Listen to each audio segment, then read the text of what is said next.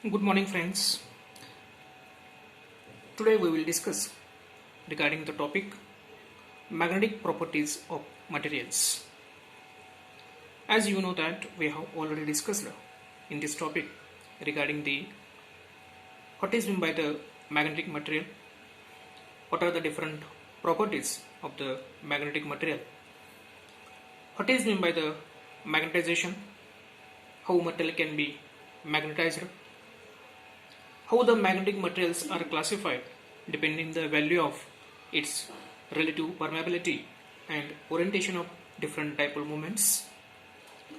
According to that, we have classified the different magnetic materials as ferromagnetic materials, paramagnetic materials, diamagnetic materials, ferrimagnetic materials, etc. We have also seen regarding the orientation of the dipole moments in the magnetic materials. We have also seen what is meant by the dipole moment in magnetic materials, that is the permanent dipole moment in magnetic materials. Today we will see the magnetization curve, how this magnetization curve is drawn and what is its significance in magnetic materials. So, as shown in diagram, the magnetization curve is drawn by taking magnetization, that is value of M on y-axis, and value of magnetic field strength, that is H on x-axis. Now this magnetization curve is divided into three regions, that is O to A to B and B to C. Now we will discuss what is meant by this. Now the magnetization curve is divided into three regions. In the region O to A, where the value of external field, that is external magnetic field, is small and the domain all moments are mostly reversible, that is dipole moments in this region are mostly reversible. We can see from the diagram the value of H, this is the value of magnetic field strength in this region, and this is the value of magnetization in this region. So we can conclude from this that this value is too small. That's why the dipole moments are reversible in this region, that is from O to A. Now this corresponds to the known as the reversibility of the initial portion of the magnetization curve. We have actually seen what is meant by the dipole moments. The dipole moment is whenever charged particle has an angular momentum, it will contribute to the permanent dipole moment.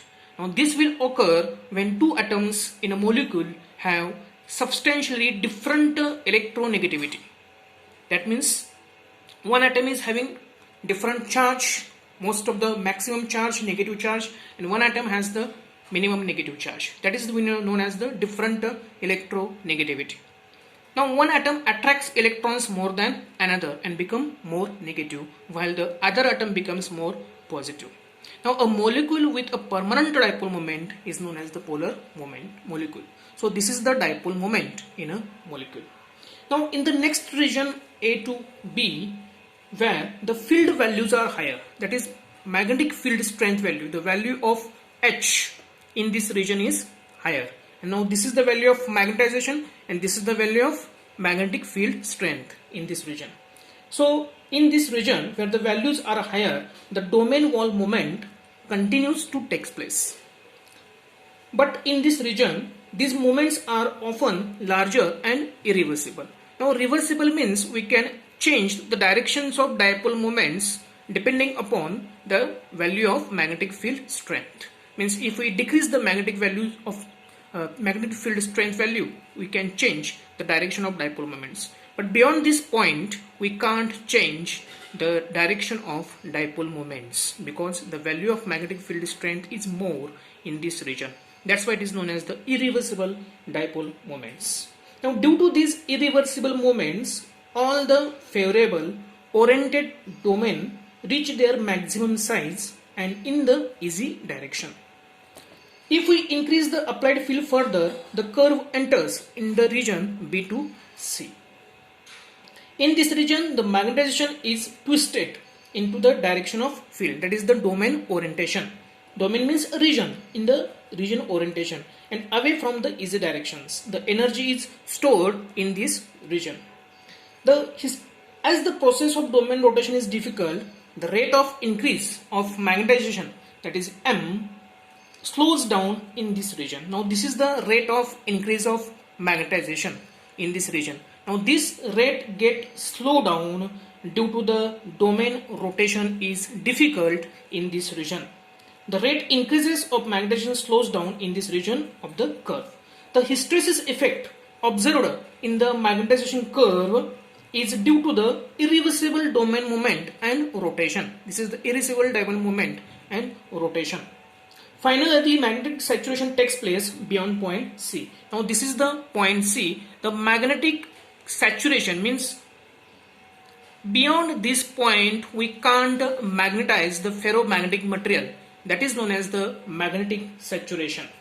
Finally, the magnetic saturation takes place beyond point this C because all domain points in the direction of external field.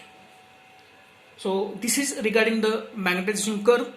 In conclusion, we can say that a magnetization curve gives an idea about how much we can magnetize a ferromagnetic material and reversibility and irreversibility of dipole moments in a magnetic material, that is the ferromagnetic material, which depends upon the value of magnetization and value of magnetic field strength. So magnetization curve tells the information or the significance of magnetization curve, which gives an idea about the reversibility of the dipole moments corresponding to the value of magnetization and the value of magnetic field strength.